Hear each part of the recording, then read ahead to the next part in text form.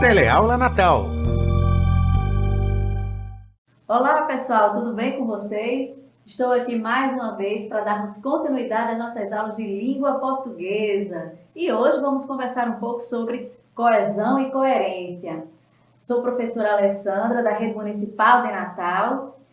O meu sinal em Libras é esse. E vou fazer uma breve descrição ao meu respeito para que nossa aula torne-se acessível a todos vocês. Sou uma professora de estatura baixa, tenho os cabelos escuros, lisos, na altura do ombro, estou vestindo uma calça jeans e uma blusa nos tons de azul e branco. Aqui nos estúdios da Band, como vocês já sabem, os nossos slides têm um fundo claro, né, o fundo branco, com as letras que são predominantemente, ou melhor, as palavras são predominantemente pretas, com exceção de algumas que vão estar destacadas na cor vermelha para chamar a atenção de vocês em alguns momentos. O nosso primeiro slide, você já tem aí o nome da Secretaria Municipal de Educação de Natal, o nome da nossa disciplina, Língua Portuguesa, o número da nossa aula de hoje, né, aula 38, o tema, coesão e coerência, e o meu nome, professora Alessandra Italiano. Então, eu já começo aqui com vocês, né, fazendo um questionamento sobre o que vem a ser coesão e coerência, né? Qual a influência que esses termos exercem no nosso dia a dia? Qual a importância deles? Já pararam para pensar nisso? Se não pararam para pensar, vamos descobrir isso juntos, tá certo? Para falar, pessoal, em coesão, em coerência, nós precisamos estar atentos às conexões interiores, aos elementos gramaticais e articuladores, né? E ao sentido, que são indispensáveis para a construção harmônica do texto, seja ele oral ou seja ele escrito. Por isso que propositalmente foi colocado aí abaixo na telinha, né, essa imagem, né, do perfil de duas pessoas dentro de um balãozinho, não é, com a seta indicando, né, que para haver comunicação é necessário que haja essa construção harmônica, certo? Dos sentidos. Tá bom? Então vamos lá, pessoal. E para dar início, né, eu já vou começar falando um pouco sobre o conceito de coesão textual. O que é coesão textual? Então, olho na tela e vamos acompanhar a leitura. A coesão textual está relacionada ao processo de ligação entre os componentes de um texto, palavras, orações, períodos, parágrafos, a fim de garantir a unidade semântica, ou seja, a unidade de sentido a um enunciado por meio de elementos linguísticos. E aí, que elementos linguísticos seriam esses? Pessoal, todos aqueles que vocês aprenderam ao longo desses anos em língua portuguesa, né? Aqueles elementos, as classes de palavras, né? Os substantivos, os advérbios, os pronomes, tá bom? E aí nós vamos ver agora que tipo de recursos nós podemos utilizar para construir a coesão dentro do texto, tá bom? Primeiro, nós vamos ver que existe um tipo de coesão chamada coesão referencial. Esse nome já dá uma pista, né, sobre esse tipo de coesão. Ó. Referencial é aquilo que faz referência dentro do texto, tá certo? Então, o que é coesão referencial? É aquela que vai utilizar os elementos, né, que vai remeter a um termo ou a uma ideia que seja anterior ou posterior por meio de uma anáfora ou de uma catáfora. Ah, professora, mas espera aí, anáfora e catáfora, o que é isso exatamente? Vejam só, pessoal, a anáfora é um termo que vai fazer referência, tá certo, a uma ideia que vai vir anterior a ela dentro do texto, enquanto que a catáfora vai fazer uma referência a um termo que vai ser citado posteriormente, tá certo? E tanto a anáfora quanto a catáfora, elas vão utilizar essas classes de palavras, certo? Que são quais? Os substantivos, os advérbios e os pronomes, tá certo? Para retomar ou antecipar essas ideias dentro do texto. Então, para exemplificar a anáfora e a catáfora, eu trouxe um exemplo para vocês de uma tira de Chris Brown. Então, olho na tela e vamos acompanhar a leitura. A Helga, né, que é a personagem, chega para o H numa situação de refeição e diz o seguinte: lavou as mãos antes de sentar-se à mesa? Ele diz: não. Por quê? Pensei que só tinha de fazer isso quando temos visita. Esta é a pior desculpa que já ouvi. Pessoal, se vocês perceberem, vocês vão ver aí que tem dois termos sublinhados. O pronome isso e o pronome esta. O pronome isso, ele está fazendo referência a um termo que já foi citado dentro, né, do texto, que é qual? Olha só, pensei que só tinha de fazer isso quando temos visita, certo? Isso é o quê? Lavar as mãos antes de sentar-se à mesa. Ou seja, nós temos aí uma ocorrência de anáfora. No termo esta, nós temos esta é a pior desculpa que já ouvi. Nesse termo aí, esse termo, ele está fazendo referência a algo que ainda vai ser dito. O quê? A pior desculpa. Então, aí nós temos um caso de catáfora. Entenderam agora? Então, vejam só, a anáfora faz referência a algo que já foi dito e a catáfora vai fazer referência a algo que ainda vai ser citado dentro do texto. Vamos agora para o nosso próximo recurso de coesão. Agora eu trago para vocês o caso de elipse. E o que é elipse? Elipse é a omissão de um termo que já foi expresso no enunciado sem que haja o comprometimento de sentido, tá certo? Como é que isso acontece, professora? Vamos ver aí nesse exemplo. Alguns indivíduos, visando o bem comum, doaram-se em prol de uma sociedade mais digna e mais humana. Outros tantos em benefícios próprios. Percebam, pessoal, que esse termo que está aí destacado em vermelho é um verbo, tá? E essa vírgula que está aí também circulada de vermelho, certo? Está substituindo esse verbo que já foi citado. Para quê? Para evitar a repetição desse verbo, tá bom? Então, eu posso fazer a utilização de vírgulas ou até mesmo de outros termos para substituir, né? Quando eu não quiser que esse termo se torne repetitivo dentro de uma construção, dentro de um enunciado, tá certo? Vamos adiante para vocês irem se apropriando cada vez mais do que vem a ser coesão textual, tá bom? Temos agora mais um recurso, que é o recurso da reiteração. E o que é isso? Nada mais do que a repetição de expressões que mantém um sistema de referências no interior do texto. E vai servir para quê? Para enfatizar a ideia e estabelecer um efeito semântico. Esse recurso, pessoal, é muito utilizado na literatura, tá certo? Por quê? Porque na literatura se procura muitas vezes dar ênfase a determinados textos, né? A determinados trechos. Então, você vê que isso aí é um tipo também de figura de linguagem, é uma técnica utilizada, né, pelos poetas, né, para chamar a atenção do leitor. Então, nós temos aí uma tira também de Chris Brown com apenas uma personagem que é a Helga, certo? E o espelho, né? Na realidade, nós temos aí também, vamos perceber que além do recurso de coesão, nós teremos também um fator de coerência presente. Vamos ver se vocês conseguem identificar. Espelho, espelho meu, existe alguém mais bonita do que eu? Aí o espelho responde, dizem que a liberdade o libertará. Mas se eu lhe disser a verdade, eu vou acabar quebrando e alguém vai ter 7 anos de azar. Percebam aí, pessoal, que há a repetição do termo espelho, certo? Espelho, espelho meu. Claro que isso aí é proposital, né? Aí há uma ênfase da ideia de espelho. Espelho, espelho meu. Mas, além disso, eu quero também chamar a atenção de vocês, né, para o intertexto que há aí, tá? Percebam que aí, nesse primeiro balão de fala da Helga, né, o único, aliás, você vê, né, a presença de um outro texto já bem conhecido de vocês, lá da literatura infantil. Vocês lembram qual é?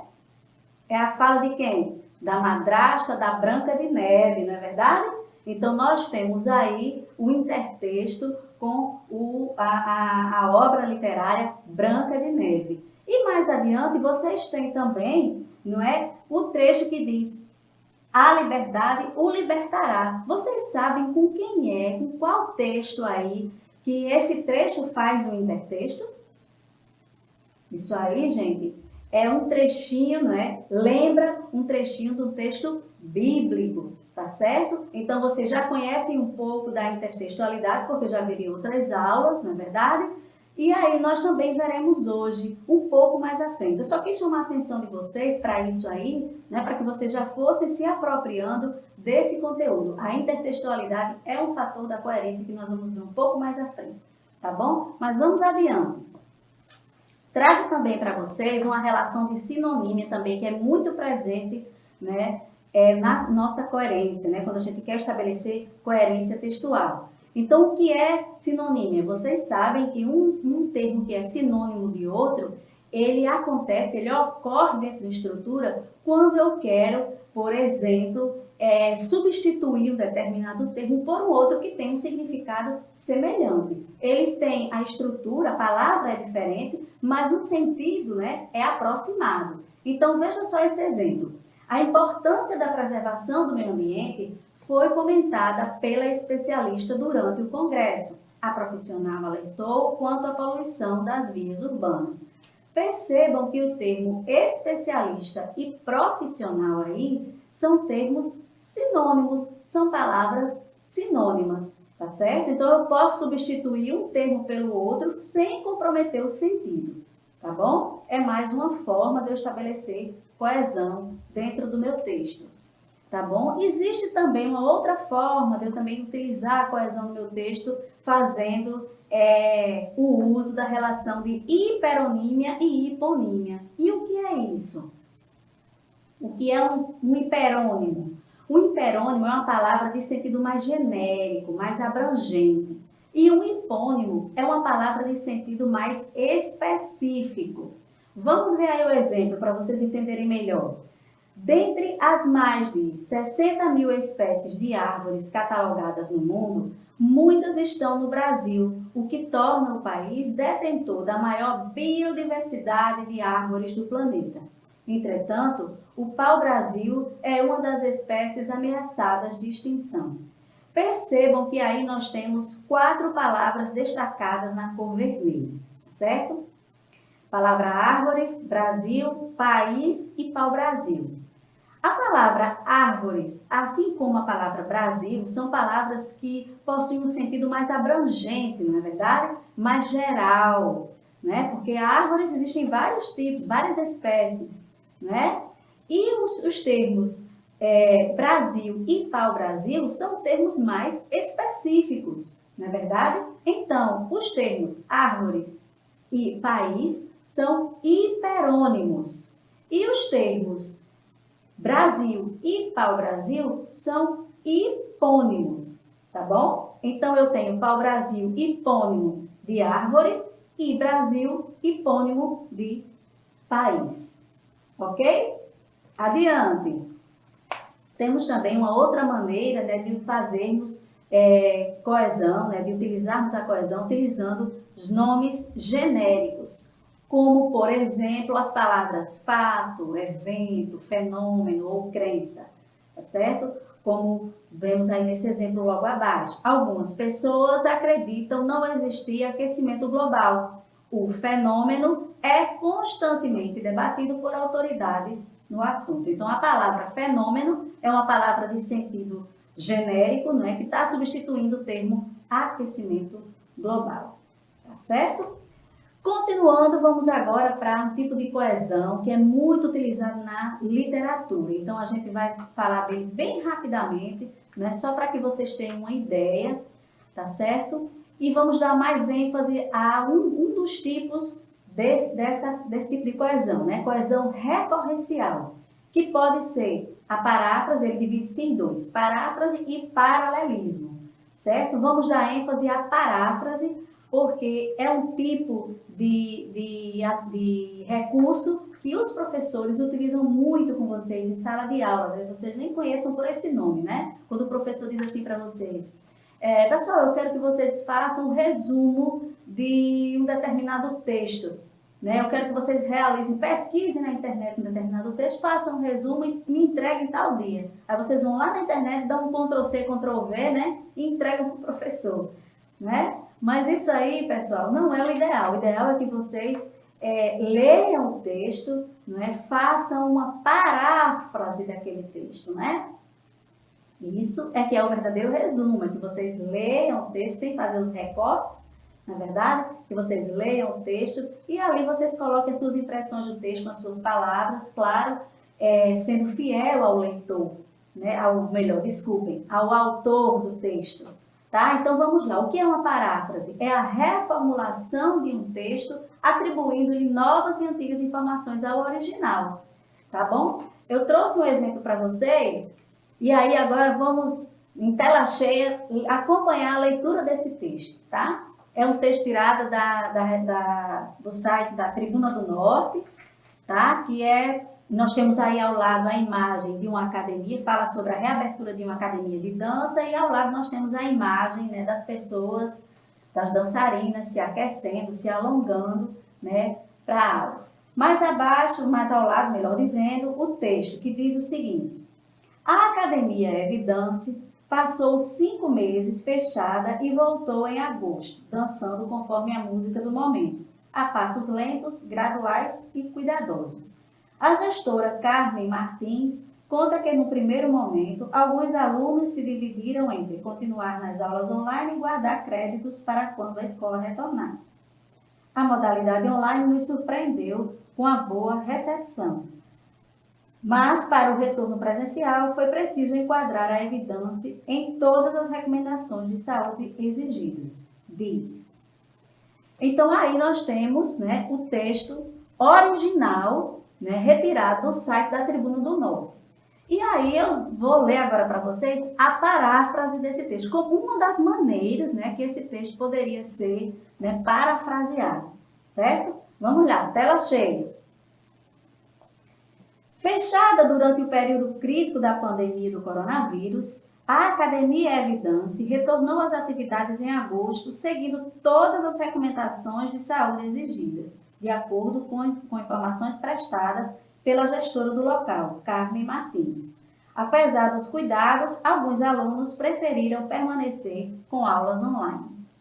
Certo, pessoal? Então, é assim, mais ou menos, que vocês devem fazer quando aquele professor pedir para vocês fazerem um resumo em sala de aula. Então, isso aí é o recurso da paráfrase, tá certo? É um recurso coesivo também, tá bom? Então, indo agora, né, para o paralelismo, né, que é um outro tipo de coesão recorrencial, né, o que vem a ser, o que é esse paralelismo? Quando é que ele ocorre? Ele nada mais é do que a repetição de uma mesma estrutura, que pode ser ela sintática ou semântica, tá? Com diferentes conteúdos. Nesse exemplo aí, abaixo que vocês vão ver, né, nós temos estruturas que vão se organizar, né, organizam a sequência e vão dar prosseguimento lógico a esse período aí. É um exemplo bem simples, mas é como eu disse a vocês, é só para ilustrar, porque vocês vão ter acesso a esses recursos, né, com maior profundidade no ensino médio, tá certo? Então, vocês têm aí, ó, nem tanto ao mar, nem tanto à terra. Então, vocês têm a repetição aí, não é, dessas estruturas, mas sem o comprometimento, né, do prosseguimento lógico do período, tá certo? E agora vamos para a coesão sequencial. Olha só, o nome já dá toda a pista do que vem a ser, ó, sequência, sequencial, tá certo? Dá a entender o quê? Que para haver aquela progressão dentro do texto, para haver a sequência dentro do texto, ela é de extrema importância, tá? E o que é isso? A coesão sequencial utiliza os conectores lógicos, que são quais? As conjunções, os verbos, preposições, advérbios, expressões denotativas, né? Para construir a progressão do período, né, do parágrafo ou do texto, tá bom? Então, isso é coesão sequencial. Eu trouxe um exemplo bem prático para vocês acompanharem, tá bom? É de um parágrafo, ele está dividido propositalmente para que vocês consigam identificar os elementos da maneira melhor possível, tá? Então, olho na tela e acompanhe aí a leitura. Vocês têm aí: a veiculação de fake news influenciou o resultado das eleições presidenciais nos Estados Unidos e no Brasil. Em decorrência disso, há uma grande campanha nas redes sociais para a promulgação de leis que punam quem produz e faz circular esse tipo de notícia mentirosa. Vocês percebam aí que nós temos inicialmente, certo, no primeiro período, um fato, não é? E entre esse fato e a sua consequência, nós temos um termo articulador que está destacado na letra vermelha, né? Em cores vermelhas. Por quê? Porque aí, gente, para que nós tivéssemos aí, lembre-se que a coesão sequencial, ela dá sequência, tá certo? Então, esse termo articulador, ele é de extrema importância para o que eu quero falar dentro do texto. Então, eu tenho um fato que é ligado à minha consequência através desse articulador, que é de extrema importância aí. Então, o fato, o articulador e a consequência vai resultar em quê? Num todo significativo, que nesse caso aí é o parágrafo, tá bom? Então, prestem bastante atenção nesses articuladores, né, nas conjunções que vocês já aprenderam aí em aulas passadas, tá certo? Quando vocês forem elaborar os seus textos, principalmente quem for fazer as provas seletivas aí da vida, tá certo? Então, agora que vocês já sabem, né, que a coesão textual é de grande importância para construir o sentido do texto, né, que um texto não é feito de palavras soltas de qualquer forma, vamos falar agora sobre coerência textual, tá? E para falar de coerência, o que é que eu trago para vocês? Eu trago a imagem, né, de um prédio, de uma construção que não é tão moderna, né? Vocês veem aí que é uma construção um pouco antiga, né? Um prédio que amarelo, né, pintado de amarelo, que na frente dele nós vemos as duas janelas com a grade, né, na frente das janelas, uma área, né, e o muro aí que é um muro de grade, né, que antigamente a gente podia ter muro de grade, né? Hoje a gente já não pode mais, é tudo de alvenaria, né? E aí, no letreiro, né, desse restaurante, desse prédio, aliás, nós temos o nome lá em cima, restaurante vegetariano. Ok, beleza. Mas logo abaixo, o que é que nós temos?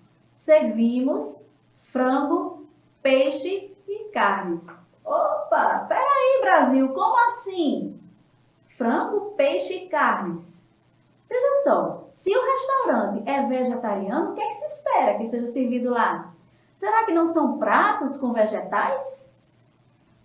Tudo bem, gente, que tem pessoas, né, tem vegetarianos que se alimentam, que consomem ainda o frango e o peixe. Agora, a carne, estranho, né? E ainda mais, percebam que o termo carnes está no plural. Isso quer dizer que não tem só um tipo de carne, tem vários de carne, né?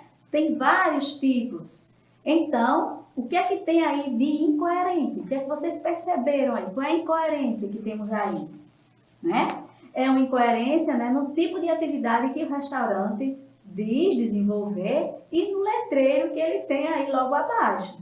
Tá certo? Isso é para que vocês percebam que a incoerência, né, faz parte do nosso dia a dia. Lembra que eu falei lá no início que eu perguntei que tipo de influência esses termos exercem no nosso dia a dia? Estão lembrados disso? Pois é, tá aí, o nosso dia a dia. Isso aí é um exemplo. Finalizando essa imagem, vamos para uma próxima, né?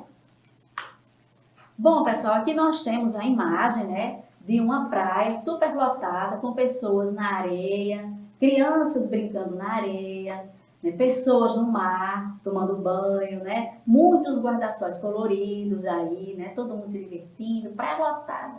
E aí, vocês estão vendo alguma incoerência nessa imagem? Leve em consideração o período que nós ainda estamos vivendo, né, esse período de pandemia que nós ainda estamos vivendo. Temos dois balões de fala aí. O primeiro diz assim: vamos para o culto domingo? O segundo diz: não, ainda não é seguro. Eu pergunto a vocês, qual é a incoerência que vocês estão percebendo aí nesse caso? O que é que vocês poderiam falar, pensar, raciocinar em cima dessa fala, do segundo balão? É coerente o que está sendo dito aí por essa pessoa? E aí? Obviamente, né, pessoal, vocês vão me dizer que tem algo muito esquisito. Se não pode ir ao culto no domingo, pode-se povoar a praia dessa forma? Então, há uma incoerência entre a atitude da pessoa, né, que está falando e a própria fala dela, não é verdade? Então, isso aí é mais um exemplo, né, de incoerência atitudinal, tá certo? Para que vocês vejam que a coerência ou a falta dela está presente no nosso dia a dia. Tá bom? E agora eu trouxe para vocês um exemplo de coerência ou de incoerência textual, tá certo? Vamos lá. Olho na tela e vamos acompanhar aí o texto. Pessoas que tomam café da manhã todos os dias correm menos riscos de ter infecções, conforme estudos realizados. As infecções são comuns em crianças que frequentam a escola pela primeira vez.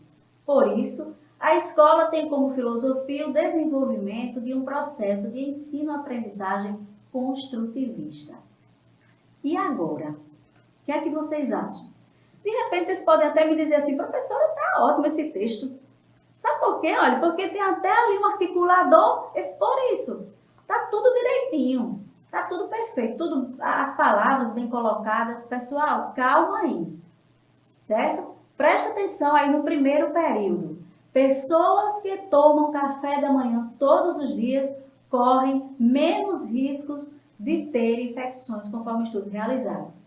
Aí vocês percebam que no primeiro período está falando, né, das pessoas que se alimentam bem, não é? E que correm no café da manhã, que se alimentam bem no café da manhã, e que correm menos riscos de sofrer infecções. No segundo período já vai falar das infecções que afetam crianças, não é?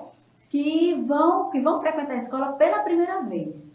E no final já vai falar de uma outra coisa que é totalmente diferente do que foi falado no primeiro período, né? Vai falar de quê? De um processo, de uma filosofia desenvolvida na escola, né?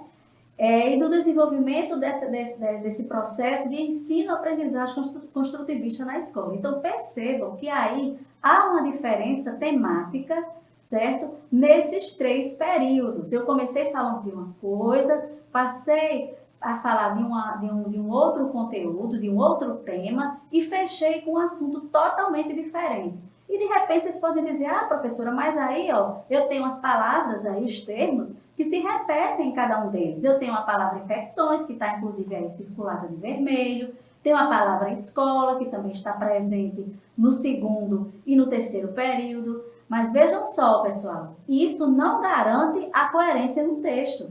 Um texto ele pode estar perfeitamente coeso, certo? E, no entanto, não haver coerência nesse texto. Tá bom? E é exatamente isso que acontece nesse exemplo. Nós temos, inclusive, um articulador muito bem empregado aí. Mas isso não está garantindo que esse texto esteja coerente. Então, muita atenção nas produções textuais, principalmente quem for prestar, né, exames para a prova do IFRN ou para a escola de Jundiaí, tá bom? Muita atenção na hora de falar, de escrever, de redigir sua redação. Se liga no tema, tá? E cuidado para não fugir, para não se perder no tema ao longo do texto. Tá certo, pessoal? Vamos em frente. Então, o que é que eu tenho para dizer para vocês sobre coerência textual? O que é coerência textual? Olho na tela aí mais uma vez. Coerência textual é a estruturação lógica das ideias que contribui para a continuidade entre as palavras, frases ou parágrafos, dando sentido ao texto. A coerência, no entanto, não está somente nos textos, mas é construída também pelo receptor no momento da leitura, segundo Isidore Koch, que é uma linguista brasileira muito conhecida. Tá certo? Então, o que Isidore diz é que a coerência está presente também na pessoa que escuta, na pessoa com quem nós estamos falando. Não adianta eu falar de um assunto se a outra pessoa também não está me compreendendo, porque aí não vai haver coerência para ela, o assunto não vai estar coerente para ela. E além disso, né, a coerência também está presente no nosso dia a dia, nas nossas atitudes, naquilo que nós falamos, naquilo que nós pensamos, certo? Então é algo que está muito presente na nossa vida. Então eu trago para vocês aqui, né, alguns fatores de coerência, tá bom? Então vamos lá, os elementos linguísticos, o conhecimento de mundo, os implícitos e a intertextualidade, tá bom? E o que são os elementos linguísticos? Nada mais, nada menos, né, do que tudo aquilo que a gente já viu na coesão do texto. São palavras, estruturas sintáticas que vão construir os enunciados, tá certo? Conhecimento de mundo seria o quê? O conhecimento, né, anterior do interlocutor sobre o assunto abordado no texto, né? E caso esse leitor não conheça a temática do texto, né, este lhe será incoerente. Por quê? Porque faltará informações para a construção do sentido. Uma coisa muito importante, gente, o conhecimento de mundo é algo que é construído ao longo da nossa vida, tá certo? Você começa a construir o conhecimento de mundo desde quando você é criança, desde quando nós somos crianças. E aí você vai crescendo, vai adquirindo conhecimento, né, na sua adolescência, na sua vida adulta, né? E esse conhecimento a gente adquire no nosso núcleo familiar, nas nossas amizades, nas nossas comunidades onde nós moramos, tá certo? Adquirimos também conhecimento nas nossas viagens e, claro, né, no nosso mundo acadêmico, na escola, nas universidades também. E nós temos a opção, né, de ampliar ou não esse conhecimento de mundo, fica a nosso critério, tá? Então, tudo que nós vivenciamos faz parte do nosso conhecimento de mundo, tá certo? É algo adquirido com o tempo e de extrema importância também para a construção da coerência. Tá bom? Vamos lá. Os implícitos, tá certo? É um outro fator de coerência, tá bom? Mas como o próprio nome diz, é algo que não é expresso de maneira clara, tá? E ele pode ser, né? Ele necessita, aliás, de uma inferência ou de uma pressuposição. E de repente vocês podem me perguntar o que é uma inferência, o que é uma pressuposição? Bem, inferência, pessoal, é uma dedução, é um tipo de dedução que eu faço a respeito de uma determinada informação. Então, para isso, eu trouxe uma tira, tá certo? De Quino, da Mafalda, né? Do autor Quino, da Mafalda e do Felipe aí, tá bom? Vamos, olho na tela agora para vocês acompanharem a leitura. Então, na tira diz o seguinte, o Felipe chega na porta da Mafalda e diz: olá! A Mafalda faz: shh, fale baixo, estou com um doente em casa. Seu pai está doente? Ela diz: não. Sua mãe, então? Ela também não. E aí, quando o Felipe chega, né, no último quadrinho, ele vê o Globo deitado numa cama. O que é que acontece aí? Primeiramente, pessoal, vocês precisam, né, recuperar a ideia de que a Mafalda é uma personagem, não é, que se preocupa com o meio ambiente, com as causas sociais, tá? Então, isso aí já vai entrar o seu conhecimento de mundo, tá certo? Isso é uma informação importante. Para você entender, né, para você inferir, né, o que é que está acontecendo aí na tira, você vendo o globo deitado, você vai pensar, então, peraí, o globo está doente por quê? Por que que a Terra está doente? Será que não seria por conta do aumento da violência? Será que não seria por conta da poluição do meio ambiente? Por que será? Todas essas causas, né, pessoal, que a gente vê no nosso dia a dia, as pessoas, por conta das guerras que nós vemos, das questões de desigualdade social, né? Tudo isso faz com que o nosso planeta fique doente, não é verdade? Então, essa é a inferência que nós podemos fazer, é o que a gente pode deduzir dessa tira, tá bom? E aí, um exemplo de pressuposição que eu trago para vocês, né? Primeiramente, explicando o que é pressuposição. Pressuposição é uma informação implícita, certo? Também, mas que ela é confirmada através de um elemento linguístico, ou seja, vai haver uma pista dentro, né, desse texto ou desse trecho, dessa frase, que vai indicar que ali é uma pressuposição. Então, aí vocês têm, né, uma moça com a camisa branca, com detalhezinhos vermelhos aí na gola e na manga, né? E na camisa está escrito assim com preto, na cor preta: eu aceitei Jesus. Mas se vocês observarem, né, entre parênteses tem assim, agora, ou seja, agora eu aceitei Jesus. Então, esse elemento linguístico agora indica o quê?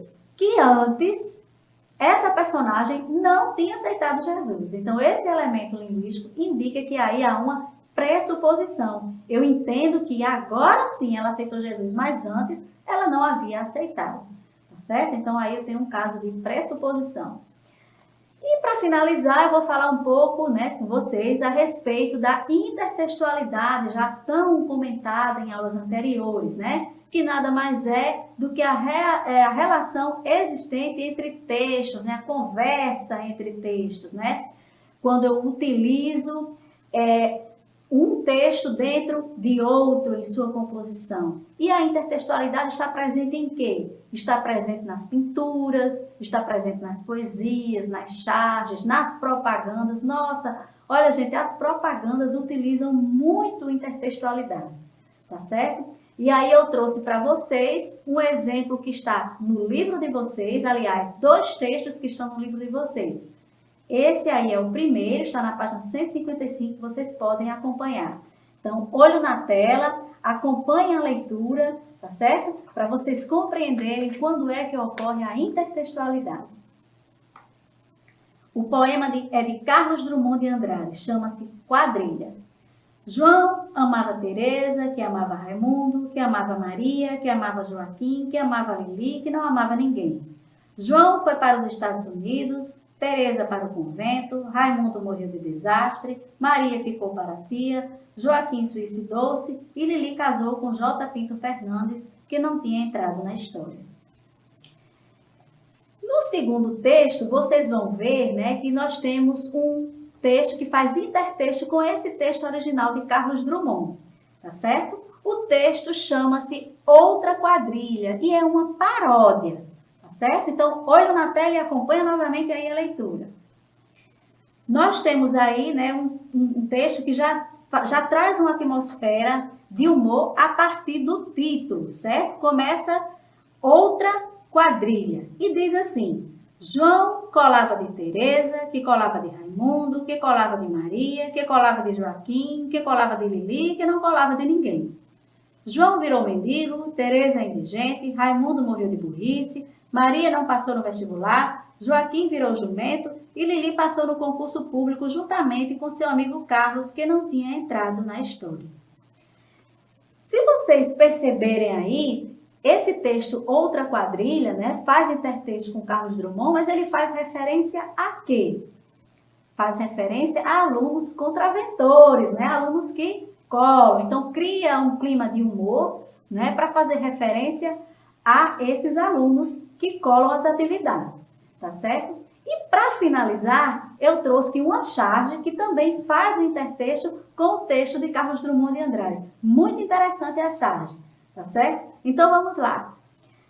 Acompanhando a leitura.